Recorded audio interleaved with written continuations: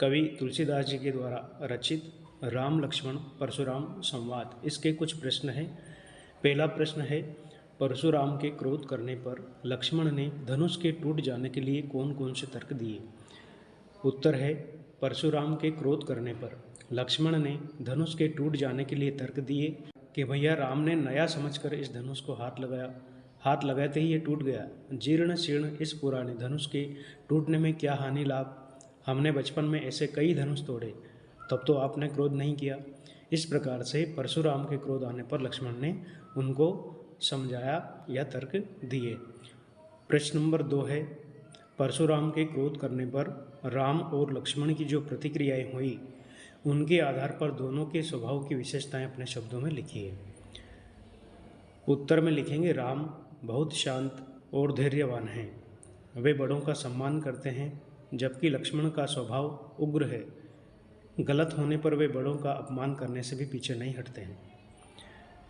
लक्ष्मण और परशुराम के संवाद का जो अंश आपको सबसे अच्छा लगा उसे अपने शब्दों में संवाद शैली में लिखिए। उत्तर में लिखेंगे, परशुराम, शिवजी का धनुष तोड़ने का दुस्साहस किसने किया। राम कहते हैं, हे नाथ, शिव धनुष तोड़ने वाला अवश्य ही आपका कोई दास होगा। परशुराम कहते हैं, सेवक वह होता है जो सेवा कार्य करे, किंतु जो सेवक शत्रु के समान व्यवहार करे उसे तो लड़ा ही जाता है। नंबर 4 है, परशुराम ने अपने विषय में सभा में क्या क्या कहा, निम्न पाठ्यांश के आधार पर लिखिए। बाल ब्रह्मचारी अति कोही, विश्व विदित क्षत्रिय कुल द्रोही, भुजबल भूमि भूप बिनु कीनी, विपुल भार मही देवन दीनी, सहस भाव भुज छेद निहारा, परसु विलोक महीप कुमारा, मातु पितहि जन सोच बस, करहि महीष किशोर, गर्भन के अर्भक दलन, परस मोर अति घोर। यानी कि परशुराम अपने विषय में सभा में कहते हैं कि मैं बाल ब्रह्मचारी हूँ, अत्यंत क्रोधी हूँ, संसार जानता है कि मैं क्षत्रियों का विरोधी हूँ, मैं अपनी भुजाओं के बल से पृथ्वी को अनेक बार राजाओं से रहित कर सकता हूँ और ब्राह्मण को दिया है, मैंने फरसे से सहस्त्र भाव की 1000 भुजाएं काट दी थी। हे राजकुमार, मेरे इस फरसे को ध्यान से देख ले।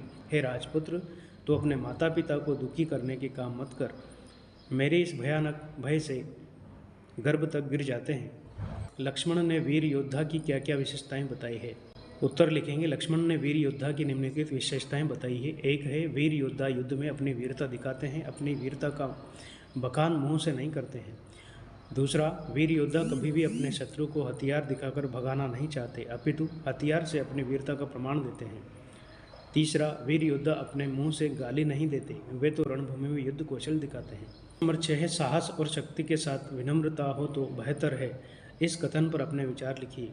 साहस और शक्ति के साथ विनम्रता हो तो बेहतर है, क्योंकि विनम्रता से कार्य सरलता से हो जाता है। केवल साहस और शक्ति से कभी कभी कार्य संपादन में समस्या आती है। जब साहस और शक्ति के साथ विनम्रता हो तो कार्य बहुत ही सुगमता से संपन्न हो जाता है। भाव स्पष्ट कीजिए। बिहसी लखन बोले मृदुबानी, अहो मुनि सुमहाभट मानी, पुनि पुनि मोहि दिखाव कुठारू, चहत उड़ावन फूंकी पहारू। इन चौपाइयों का अर्थ है, परशुराम की बात सुनकर लक्ष्मण मुस्कुराते हुए मधुर वाणी में कहते हैं कि हे मुनिवर, आप अपनी वीरता के अभिमान में स्वयं को महान योद्धा समझ रहे हो, इसलिए मुझे कमज़ोर समझकर बार बार परसा दिखाकर डराने का प्रयास कर रहे हो। ऐसा करके तुम फूंक से पहाड़ को उड़ाने का प्रयास कर रहे हो। जैसे फूंक से पहाड़ नहीं उड़ाया जा सकता, वैसे ही मैं आपके फरसे से डरने वाला नहीं हूँ।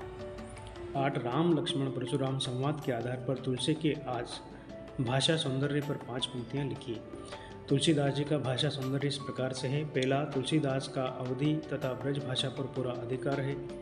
दूसरा, इनकी भाषा सहज, सरल व संप्रेषणीय है। तीसरा, काव्य में उपमा, रूपक, उत्प्रेक्षा आदि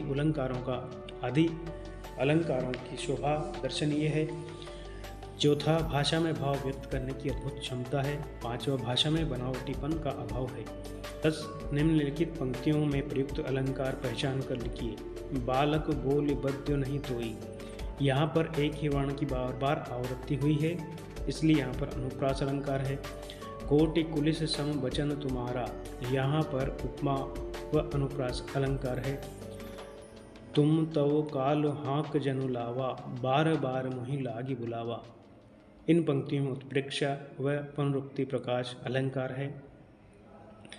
इस प्रकार छात्रों, आज हमने काव्य खंड के पाठ 2 के प्रश्नों को हल किया। आशा करता हूँ आपको यह वीडियो ज़रूर अच्छा लगा होगा। यदि अच्छा लगा तो आप मेरे YouTube चैनल को सब्सक्राइब अवश्य करें। वीडियो देखने के लिए आप सभी छात्रों का बहुत बहुत धन्यवाद।